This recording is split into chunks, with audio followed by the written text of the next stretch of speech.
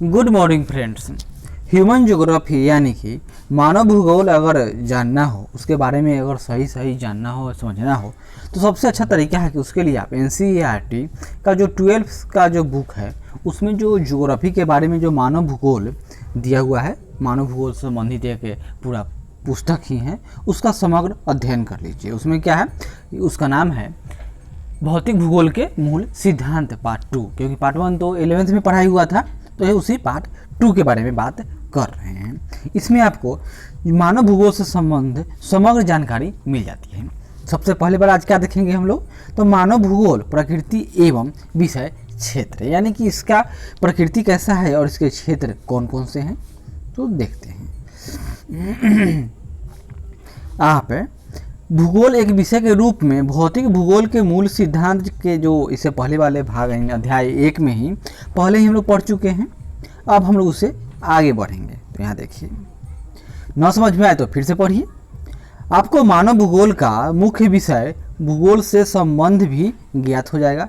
जैसा कि आप जानते हैं कि एक अध्ययन क्षेत्र के रूप में भूगोल समाकलनात्मक, अनुभाविक एवं व्यवहारिक है। यानी यह कैसा है, तो ये अनुभव के आधार पर यह व्यवहारिक भी है और समाकलनात्मक भी है, यानी कि यह विज्ञान भी है और कहेंगे कि यह आर्ट भी है। अतः भूगोल की पहुंच विस्तृत है और किसी भी घटना अथवा परिघटना को दिशा और काल अर्थात समय के संदर्भ में परिवर्तित होता है। उसका भौगोलिक ढंग से अध्ययन किया जाता है। धरातल को किस प्रकार देखते हैं, यह मैटर है कि आप धरातल को किस प्रकार देखते हैं। क्या आपको लगता है कि पृथ्वी के 2 प्रमुख घटक हैं, कौन कौन? एक होगा प्राकृतिक यानी भौतिक पर्यावरण और जीवन के रूप जिसमें मनुष्य भी सम्मिलित है। दूसरा होगा अपने परिवेश के भौतिक और मानवीय घटकों की सूची बना लीजिए। भौतिक भूगोल भौतिक पर्यावरण का अध्ययन करता है और मानव भूगोल भौतिक और प्राकृतिक एवं मानवीय जगत के बीच संबंध, मानवीय परिघटनाओं का स्थानिक वितरण तथा उनके घटित होने के कारण एवं विश्व के विभिन्न भागों में सामाजिक और आर्थिक विभिन्नताओं का अध्ययन करता है। कौन? तो मानव भूगोल की बात हो रही है। इस तथ्य को पहले से ही बोध हो गया होगा, किसको? आपको, कि विषय के रूप में भूगोल का मुख्य सरोकार पृथ्वी को मानव के घर के रूप में समझना और उन सभी तत्वों का अध्ययन करना है जिन्होंने मानव को पोषित किया है। अतः प्रकृति और मानव के अध्ययन पर बल दिया गया है। आप यह भी अनुभव करेंगे कि भूगोल में द्वैतवाद आया, ड्यूअलिज्म की थॉट आ गई, उसके बारे में हम लोग डिटेल से पढ़ेंगे। और इस आशय के व्यापक तर्क वितर्क आरंभ हो गए कि क्या एक विषय के रूप में भूगोल को नियम बनाने सिद्धांतिक कर यानी नोमोथेटिक अथवा विवरणात्मक यानी भाव चित्रात्मक या इडियोग्राफिक होना चाहिए। क्या इसके विषय वस्तु को व्यवस्थित किया जाना चाहिए और इसके अध्ययन का उपागम प्रादेशिक अथवा क्रमबद्ध होना चाहिए। यही विवाद हो गया, इसको कैसे पढ़ें। क्या भौगोलिक परिघटनाओं की व्याख्या सैद्धांतिक आधार पर होनी चाहिए अथवा ऐतिहासिक संस्थागत उपागम के आधार पर? ये बौद्धिक अभ्यास के मुद्दे हैं और अंततः आप मूल्यांकन करेंगे कि प्रकृति और मानव के बीच वैध द्वैतता नहीं है। ऐसा थोड़ा है कि मानव और प्रकृति दोनों दो है, लेकिन आदमी के दिमाग की उपज और इसको मानव ने क्या कर दिया, बहुत तरह के विचारक आए और इन दोनों को डिवाइड कर दिया। भाई प्रकृति अलग है, मानव अलग है। और इसका परिणति क्या हुआ कि भूगोल में द्वैतवाद पनप गया। और पढ़ते रहिए, मानव भूगोल बनाम भौतिक भूगोल, मानव भूगोल बनाम पर्यावरण भूगोल, क्रमबद्ध बनाम स्पेशलाइज्ड भूगोल, ये बनाम जनरलाइज्ड भूगोल। क्योंकि प्रकृति और मानव अविभाज्य तत्व हैं और इन्हें समग्रता में देखा जाना चाहिए। यह जानना रुचिकर है कि भौतिक और मानवीय दोनों परिघटनाओं का वर्णन मानव शरीर रचना विज्ञान से प्रतीकों का प्रयोग करते हुए रूपकों के रूप में किया जाता है। हम सामान्यतः पृथ्वी के रूप में क्या कहेंगे? तूफान की आँख, पृथ्वी के रूप तूफान की आँख, नदी के मुख, हिम नदी के पुरोथ यानी नासिका, जलडमरू मध्य की ग्रीवा, मृदा की परिच्छेदिका का वर्णन करते हैं। इसी प्रकार प्रदेशों, गांवों, नगरों का वर्णन जीवों के रूप में किया गया है। जर्मन भूगोलवेत्ता राज्य या देश का वर्णन जीवित जीव के रूप में करते हैं। कौन? तो जर्मन लोग। सड़कों, रेलमार्गों और जलमार्गों के जाल को प्रायः परिसंचरण की ध्वनियों के रूप में वर्णन किया जाता है। क्या आप अपनी भाषा में ऐसे शब्दों और अभिव्यक्तियों को एकत्रित कर सकते हैं? अब मूल प्रश्न उत्पन्न होता है कि क्या हम प्रकृति और मनुष्य को पृथक कर सकते हैं, जबकि वे इतनी जटिलता से आपस में जुड़े हुए हैं? कैसे ऐसा किया जा सकता है? तो यही बात विवाद का विषय है। इस पर जितना चाहे उतना बहस कर सकते हैं। चलिए आगे बढ़ते हैं। अब यहाँ से हम लोग का शुरू होता है पढ़ाई। मानव भूगोल की परिभाषाएं। रेटजल महोदय इन्होंने क्या कहा? मानव भूगोल मानव समाजों और धरातल के बीच संबंधों का संश्लेषित अध्ययन है। कौन? मानव भूगोल। मानव क्या है? मानव, रेटजल महोदय क्या बोले कि मानव भूगोल मानव समाजों और धरातल के बीच संबंधों का संश्लेषित अध्ययन है। यानी कि रेटजल महोदय के अंतर्गत क्या कि मानव यानी मानव भूगोल और पर्यावरण या प्राकृतिक भूगोल, इन दोनों का बीच यानी सम्मिलित अध्ययन ही क्या है? तो मानव भूगोल है। ऊपर दी गई परिभाषा में संश्लेषण पर जोर दिया गया है। दूसरा देखिए, एलन सी सैंपल, ये क्या बोले?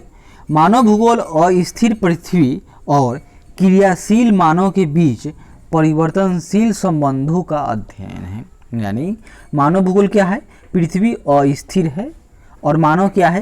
क्रियाशील है, के बीच संबंध कैसा है? तो परिवर्तनशील है। एलन सी सैंपल का कथन है।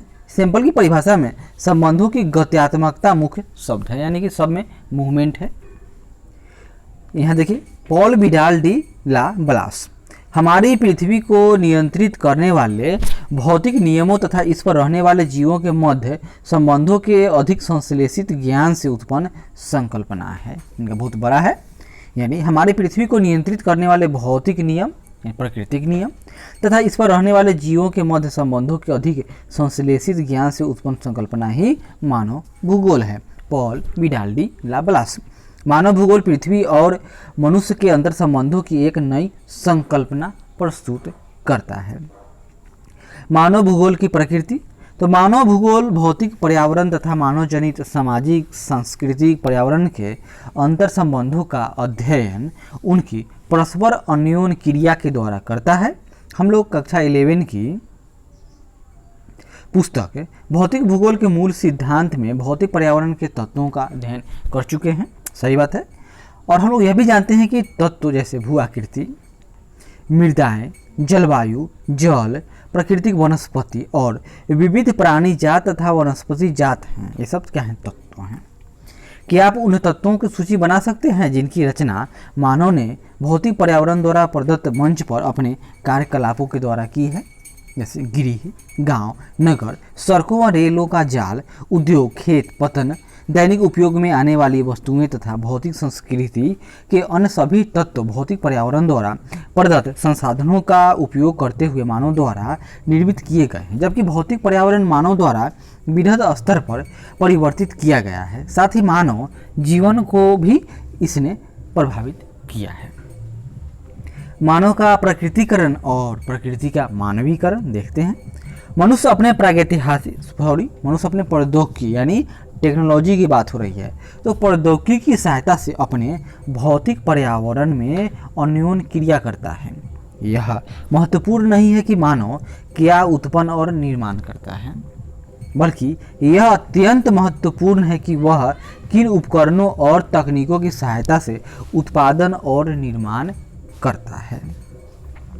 प्रौद्योगिकी किसी समाज के सांस्कृतिक विकास के स्तर की सूचक होती है।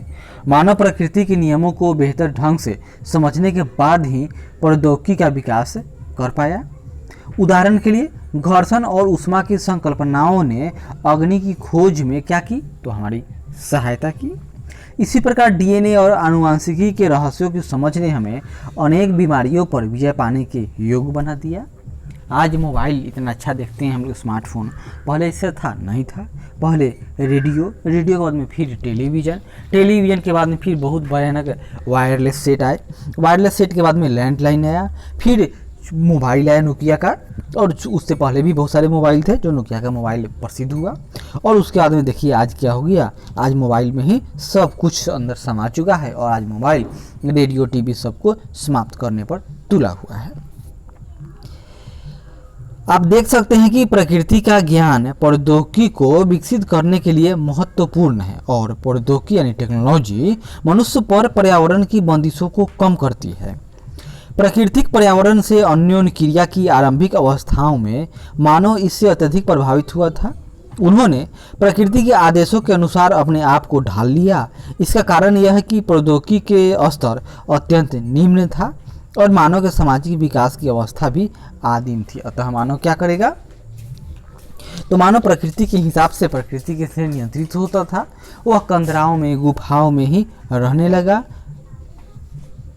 लेकिन आज का मानव वैसा नहीं है। मानव के सामाजिक विकास की अवस्था भी प्राचीन या आदिम थी। आदिम मानव समाज और प्रकृति की प्रबल शक्तियों के बीच इस प्रकार की अन्योन्य क्रिया को पर्यावरणीय निश्चयवाद कहा गया। यानी कि पर्यावरण ही सब कुछ है, पर्यावरण ही मानव को नियंत्रित करती है, यही पर्यावरण निश्चयवाद है। प्रौद्योगिक विकास यानी टेक्नोलॉजी का विकास की उस अवस्था में हम प्राकृतिक मानव की कल्पना कर सकते हैं जो प्रकृति को सुनता था। तो सारे देवी देवता क्या थे, तो प्रकृति ही देवी देवता हो गए। उसकी प्रचंडता से भयभीत होता था, उसकी पूजा करता था। मानव का प्रकृतिकरण थोड़ा देख लीजिए यहाँ पर। बेंदा ये क्या है, तो मध्य प्रदेश के अबूझमार क्षेत्र के जंगलों में रहता है। कौन है, बेंदा रहता है। उसके गांव में 3 झोपड़ियां हैं जो जंगल के बीच है। यहाँ तक कि पक्षी और आवारा कुत्ते जिनकी भीड़ प्रायः गांव में मिलती है भी यहाँ दिखाई न देते हैं। छोटी लंगोटी पहने और हाथ में कुल्हाड़ी लिए वह पेंडा यानी वन का सर्वेक्षण करता है। जहाँ उसका कबीला कृषि का आदिम रूप यानी स्लैश एंड बर्न कृषि यानी स्थानांतरित कृषि करता है। बेंदा और उसके मित्र वन के छोटे टुकड़ों को जुताई के लिए जलाकर साफ करते हैं। राख का उपयोग मृदा को उर्वर बनाने के लिए किया जाता है। अपने चारों ओर खिले हुए महुआ वृक्षों को देखकर बेंदा प्रसन्न है, कारण कि वह इसी पर आश्रित है। यही उसका रेडियो, टीवी, ये सब कुछ वही है। जैसे ही वह महुआ, पलाश और साल के वृक्षों को देखता है जिन्होंने बचपन से ही उसे आश्रय दिया है, वह सोचता है कि इस सुंदर ब्रह्मांड का अंग बनकर वह कितना सौभाग्यशाली है। यानी प्रकृति को ही सब कुछ मान रहा है। विसर्पी गति से पेंडा को पार करके बेंदा नदी तक पहुंचना है। यह मोगली वाली कहानी है, सिंपल इतना याद कीजिए, मोगली है। चलिए, जैसे ही वह चुल्लू भर जल लेने के लिए झुकता है, उसे वन की आत्मा लोई लुंगी की प्यास बुझाने की स्वीकृति देने के लिए धन्यवाद करना याद आता है। अपने मित्रों के साथ आगे बढ़ते हुए बेंदा गूदेदार पत्तों और कंदमूल को चबाता है। लड़के वन से गच्छहरा और कुचला का संग्रहण करने का प्रयास कर रहे हैं। ये विशिष्ट पादप यानी प्लांट है जिनका प्रयोग बेंदा और उसके लोग करते हैं। वह आशा करता है कि वन की आत्माएं दया करेंगी और उसे उन जड़ी बूटियों तक ले जाएंगी। ये आगामी पूर्णिमा को मधाई अथवा जनजातीय मेलों में वस्तु विनिमय के लिए आवश्यक है। यानी वहाँ यह ले जाएगा, बदले में वहाँ से कुछ चीज़ें खरीद कर ले आएगा, यानी कि पैसा नहीं देगा, बदले में ये जो सामान है, जो पेड़ पौधे के जो प्रोडक्ट तोड़ रहा है, फल फूल, उसी को ले जाएगा। और जो ग्रामीण इलाके से जो अलग वाले आएंगे वह वहाँ से अनाज लेकर आएंगे कृषक, और बदले में अदला बदली हो जाएगी। यही बार्टर सिस्टम है। ये आगामी पूर्णिमा को मधाई अथवा जनजातीय मेले में वस्तु विनिमय के लिए आवश्यक है। वह अपने नेत्र बंद करके स्मरण करने का कठिन प्रयत्न करता है जो उसके बुजुर्गों ने उस जड़ी बूटियों और उनके पाए जाने वाले स्थानों के बारे में समझाया था। वह चाहता है कि काश उसने अधिक ध्यान पूर्वक सुना होता अचानक पत्तों में खड़खड़ाहट होती है। बेंदा और उसके मित्र जानते हैं कि ये बाहरी लोग हैं जो इन जंगलों में उन्हें ढूंढते हुए आए हैं। एक ही प्रवाही गति से बेंदा और उसके मित्र सघन वृक्षों के बितान के पीछे अदृश्य हो जाते हैं और वन की आत्मा के साथ एकाकार हो जाते हैं, यानी मोगली नहीं मिला। आगे बढ़ते हैं।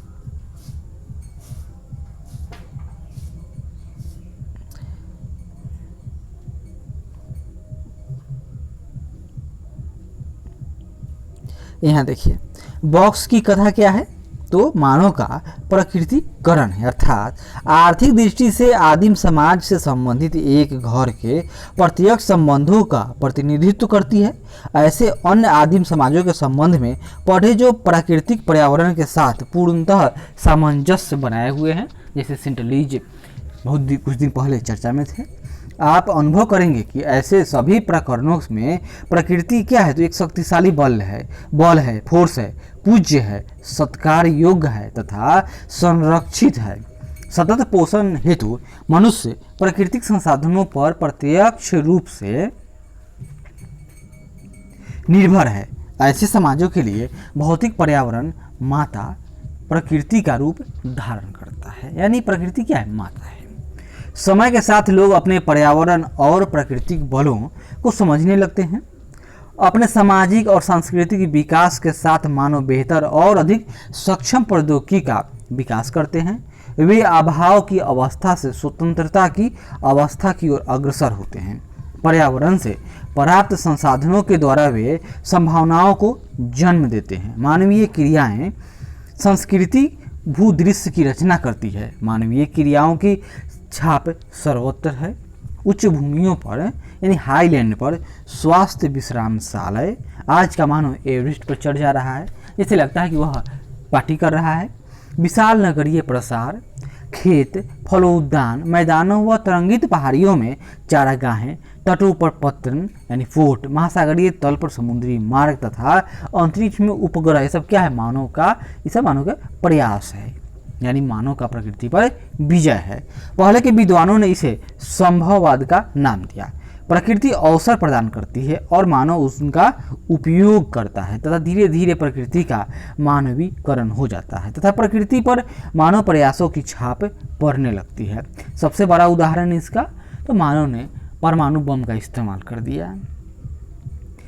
प्रकृति का मानवीकरण। ट्रांडहाइम, यहाँ देखिए ट्रांडहाइम के शहर में सर्दियों का अर्थ है। प्रचंड पौने और भारी हिमपात का मौसम है। समझ सकते हैं, कल्पना कीजिए कि कैसा मौसम होगा। महीनों तक आकाश अदीप्त रहता है, यानी अंधेरा है। कैडी प्रायः 8 बजे अंधेरे में कार से काम पर जाती है। सर्दियों के लिए उसके पास विशेष टायर हैं और वह अपनी शक्तिशाली कार की लाइटें जलाए रखती है। उसका कार्यालय सुखदायक 23 डिग्री सेल्सियस पर कृत्रिम ढंग से गर्म रहता है। विश्वविद्यालय का परिसर जिसमें वह काम करती है कांच के एक विशाल गुंबद के नीचे बना हुआ है। यह गुंबद सर्दियों में हिम को बाहर रखता है और गर्मियों में धूप को अंदर आने देता है। तापमान को सावधानीपूर्वक नियंत्रित किया जाता है और वहाँ पर्याप्त प्रकाश होता है। यद्यपि ऐसे रुक्ष मौसम में नई सब्जियां और पौधे नहीं उगते, कैरी अपने डेस्क पर आर्किड रखती है तथा उष्णकटिबंधीय फलों जैसे केला व कीवी का आनंद लेती हैं। ये नियमित रूप से वायुयान द्वारा उष्ण क्षेत्रों से मंगाए जाते हैं, वो खाते हैं। या माउस की एक क्लिक के साथ कैरी नई दिल्ली में अपने सहकर्मियों से कंप्यूटर नेटवर्क से जुड़ जाती है। वह प्रायः लंदन के लिए सुबह की उड़ान लेती है और शाम को अपना मनपसंद टेलीविजन सीरियल देखने के लिए सही समय पर वापस पहुंच जाती है। यद्यपि कैरी अभी 58 वर्षीय है, फिर भी वह विश्व के अन्य भागों के 30 वर्षीय लोगों से अधिक स्वस्थ और युवा दिखती है। तो क्या समझे कि यहाँ पर प्रकृति का मानवीकरण हो चुका है।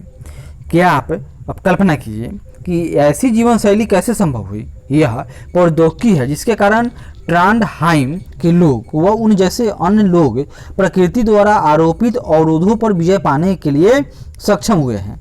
क्या आप ऐसे अन्य कुछ दृष्टांतों को जानते हैं? ऐसे उदाहरणों को ढूंढना कठिन नहीं है। इसका सबसे बेस्ट उदाहरण इजराइल की बात है।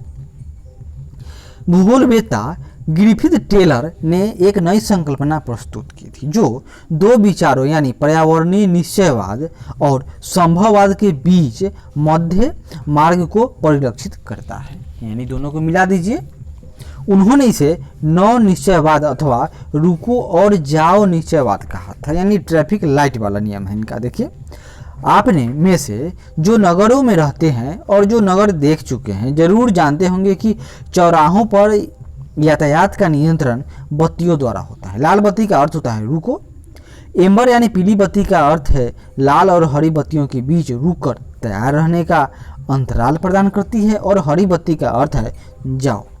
संकल्पना दर्शाती है कि न तो यहाँ नितांत आवश्यकता की स्थिति यानी पर्यावरणीय निश्चयवाद है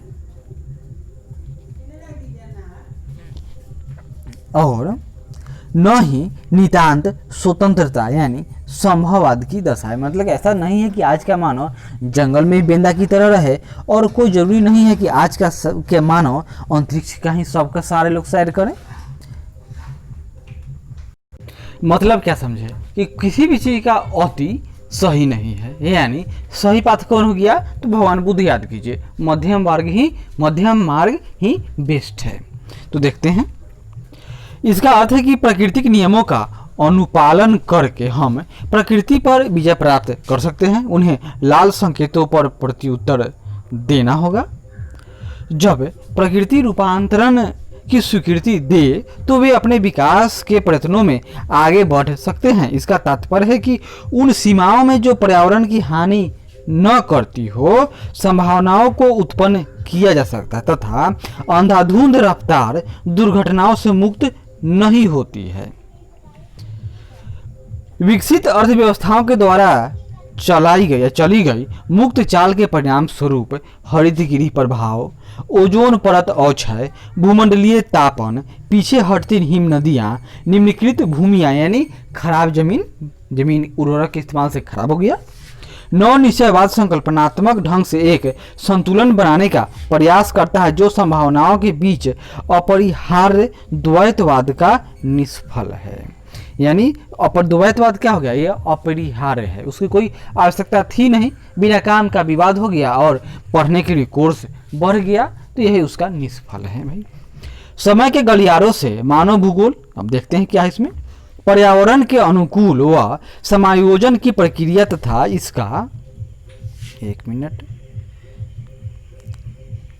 इसका रूपांतरण पृथ्वी के धरातल पर विभिन्न पारिस्थितिकीय निकेत की बात हो रही है, निषेध में मानव के उदय के साथ आरंभ हुआ है।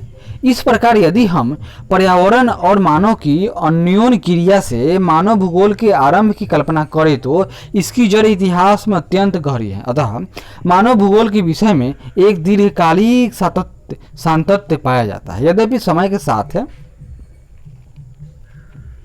इसे सुस्पष्ट करने वाले उपागमों में परिवर्तन आया है। उपागमों में यह गत्यात्मकता विषय की परिवर्तनशील प्रकृति को दर्शाती है। पहले विभिन्न समाजों के बीच अन्योन्य क्रिया नगण्य थी और एक दूसरे के बारे में ज्ञान सीमित था, कम जानते थे। और आज हवाई जहाज है, रेलवे है, बहुत हाई स्पीड कार, बहुत कुछ हो चुका है जिससे, और कम्युनिकेशन की स्थिति बहुत प्रबल है। एक जगह बैठे आप पूरी दुनिया, यानी पर दुनिया क्या हो गया, यह ग्लोबल विलेज की कल्पना हो चुकी है। लेकिन पहले ऐसी बातें न थी। आज कोरोना फैला कहाँ, चीन में नवंबर में, और जनवरी आते आते पूरी दुनिया को अपने चपेटे में ले ली। वह भी ग्लोबल विलेज का ही कमाल था। यात्री और अन्वेषक अपने यात्रा क्षेत्रों के बारे में सूचनाओं का प्रसार किया करते थे। नौचालन संबंधी कुशलताएं विकसित नहीं हुई थी और समुद्री यात्राएं खतरों से खाली न थी। 15वीं शताब्दी के अंत में यूरोप में अन्वेषकों के प्रयास हुए और धीरे धीरे देशों और लोगों के विषय में मिथक और रहस्य खुलने शुरू हो गए। उपनिवेश युग ने अन्वेषकों को आगे बढ़ने के लिए गति प्रदान की ताकि प्रदेशों के संस्थानों तक पहुंच हो सके और तालिका युक्त सूचनाएं प्राप्त हो सके, यानी एकदम ऑथेंटिक सूचनाएं प्राप्त हुई। यहाँ आशय गहन ऐतिहासिक विवरण प्रस्तुत करने का नहीं है, मतलब कि हम लोग नहीं बताएंगे कि गहन आशय क्या है। केवल आपको मानव भूगोल के क्रमिक विकास की प्रक्रियाओं से अवगत कराने का है, बस इतना याद कीजिए। हम लोग नीचे देखेंगे आपको भूगोल के उपक्षेत्र के रूप में मानव भूगोल की विस्तृत अवस्थाओं से परिचय। नीचे हम लोग एक नीचे मैप है, तालिका है, स्केल है, टाइम स्केल, उसमें सब कुछ दिखाया जाएगा। मानव भूगोल की कल्याण परक अथवा मानवतावादी विचारधारा का संबंध मुख्यतः लोगों के सामाजिक कल्याण के विभिन्न पक्षों से था। इनमें आवासन, स्वास्थ्य और शिक्षा जैसे पक्ष सम्मिलित थे। भूगोल वेत्ताओं ने पहले ही स्नातकोत्तर पाठ्य चर्चा में स्नातक मतलब बीए, ग्रेजुएट, यह एमए की बात हो रही है, पीजी, पोस्ट ग्रेजुएट में सामाजिक कल्याण के रूप में भूगोल का एक कोर्स आरंभ कर दिया है। अमूलवादी यानी रेडिकल की बात हो रही है, तो रेडिकल विचारधारा ने निर्धनता के कारण, बंधन और सामाजिक असमानता की व्याख्या के लिए मार्क्स के सिद्धांत का उपयोग किया। समकालीन सामाजिक समस्याओं का संबंध पूंजीवाद के विकास से था। व्यवहारवादी विचारधारा ने प्रत्यक्ष अनुभव के साथ साथ मानव जातीयता, प्रजाति, धर्म इत्यादि पर आधारित सामाजिक संवर्गों के दिक् काल बोध पर ज्यादा जोर दिया है। मानव भूगोल के क्षेत्र और उपक्षेत्र, तो मानव भूगोल जैसा कि आपने देखा, मानव जीवन के सभी तत्वों तथा अंतराल जिसके अंतर्गत वे घटित होते हैं के मध्य संबंध की व्याख्या करने का प्रयत्न करती है। इस प्रकार मानव भूगोल की प्रकृति अत्यंत अंतर विषयक है, यानी एक विषय नहीं है। वह पृथ्वी तल पर पाए जाने वाले मानवीय तत्वों को समझने व उनकी व्याख्या करने के लिए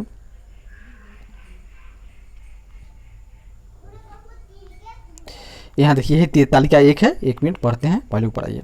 करने के लिए मानव भूगोल सामाजिक विज्ञानों के सहयोगी विषयों के साथ घनिष्ठ अंतरा पृष्ठ विकसित करती है। ज्ञान के विस्तार के साथ नए उपक्षेत्रों का विकास होता है और मानव भूगोल के साथ ही ऐसा ही हुआ। मानव भूगोल के क्षेत्रों और उपक्षेत्रों का परीक्षण हम नीचे करेंगे, तो चलिए देख ही लेते हैं। पहले हम लोग देखेंगे पहला नंबर ग्राफ है, यहाँ देखिए इसमें क्या है, मानव भूगोल के यह क्षेत्र है, उसका उपक्षेत्र है और सामाजिक विज्ञानों के सहयोग और शासकों से अंतरापृष्ठ यानी उसका लिंक है। देखिए सामाजिक भूगोल, सामाजिक भूगोल में क्या है, इसका उपक्षेत्र व्यवहारिक भूगोल, सामाजिक कल्याण का भूगोल, अवकाश का भूगोल, सांस्कृतिक भूगोल, लिंग भूगोल, ऐतिहासिक भूगोल, चिकित्सा भूगोल। और सामाजिक भूगोल मतलब सामाजिक विज्ञान या समाजशास्त्र, और व्यवहारिक भूगोल तो यह मनोविज्ञान के अंतर्गत आता है, उसका सब्जेक्ट है। सामाजिक कल्याण का भूगोल यह कल्याण और शास्त्र है। अवकाश का भूगोल समाजशास्त्र, सांस्कृतिक भूगोल मानव विज्ञान, लिंग भूगोल समाजशास्त्र, मानव विज्ञान, महिला अध्ययन, इन सब के अंदर पढ़ने वाले सब पाठ हैं। ऐतिहासिक भूगोल तो यह इतिहास सब्जेक्ट में आएगा। चिकित्सा भूगोल तो यह महामारी विज्ञान में हम लोग चिकित्सा भूगोल या चिकित्सा भूगोल के अंतर्गत महामारी विज्ञान हम लोग पढ़ सकते हैं। नगरीय भूगोल, नगरीय भूगोल में क्या आएगा, तो नगरीय अध्ययन और नियोजन किया जाता है।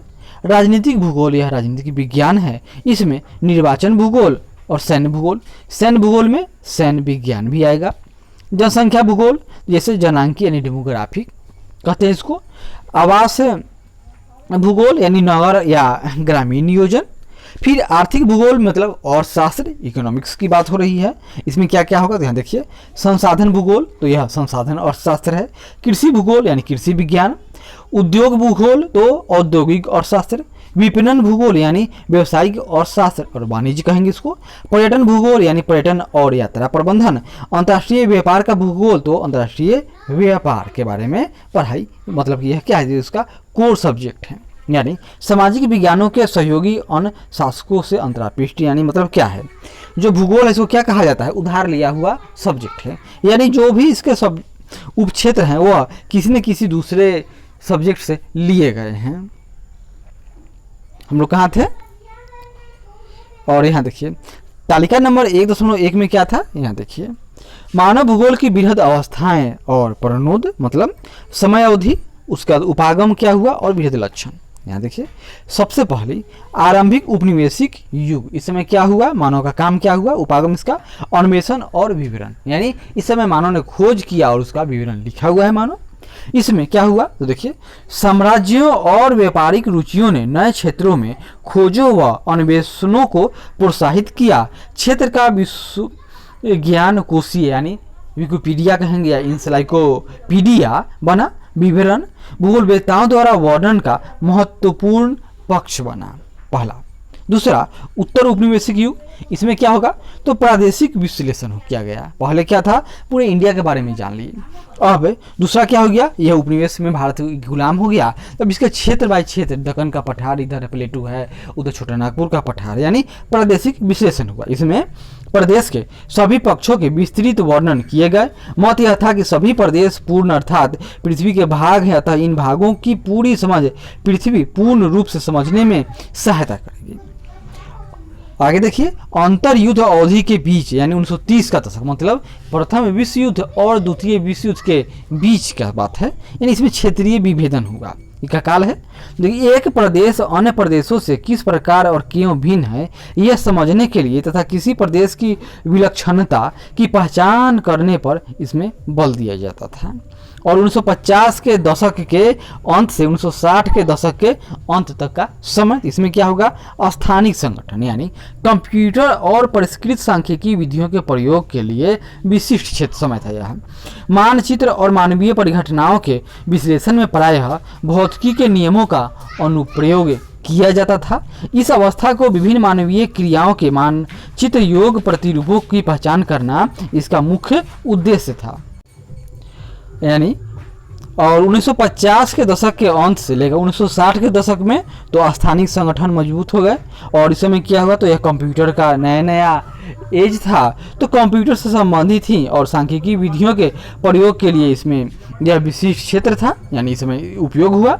मानचित्र और मानवीय परिघटनाओं के विश्लेषण में प्रायः भौतिकी के नियमों का इसमें अनुप्रयोग किया जाता था। इस अवस्था को विभिन्न मानवीय क्रियाओं के मानचित्र योग्य प्रतिरूपों की पहचान करना इस समय का मुख्य उद्देश्य था। 1970 के दशक, इस समय क्या हो गया आप देखिए, मानवतावादी, आमूलवादी और व्यवहारवादी विचारधाराओं का उदय हुआ। इसमें मात्रात्मक क्रांति से उत्पन्न असंतुष्टि और अमानवीय रूप से भूगोल के अध्ययन के चलते मानव भूगोल में 1970 के दशक में 3 नए विचारधाराओं का जन्म हुआ। कौन कौन थे, यहाँ देखिए। इन विचारधाराओं के अभिवृद्धि से मानव भूगोल सामाजिक राजनीतिक यथार्थ के प्रति अधिक प्रासंगिक बनी। इन विचारधाराओं की थोड़ी और जानकारी के लिए हम लोग नीचे पढ़ेंगे, तो देखते हैं क्या है। 1990 का दशक, तो भूगोल में उत्तर आधुनिकवाद आया। और इस समय क्या हुआ तो वृहद सामान्यीकरण तथा मानवीय दशाओं की व्याख्या करने वाले वैश्विक सिद्धांतों की प्रयोज्यता पर प्रश्न उठने लगे। अपने आप में प्रत्येक स्थानीय संदर्भ की समझ के महत्व पर जोर दिया गया और सस्टेनेबल डेवलपमेंट का काल इसके बाद से शुरू हो गया।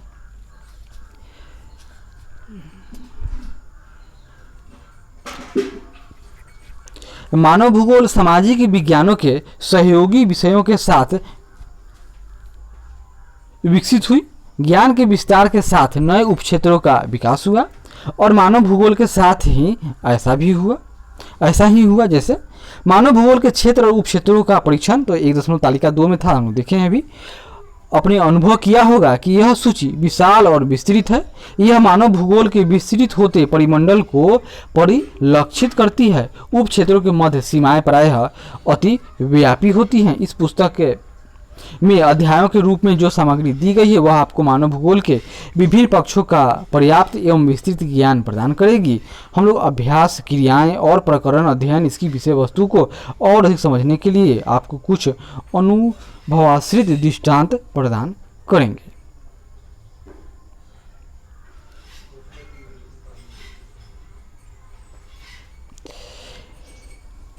नीचे दिए गए 4 विकल्पों में से सही उत्तर चुनिए। तो निम्नलिखित कथनों में से कौन सा एक भूगोल का वर्णन नहीं करता है? समाकलनात्मक अनुशासन,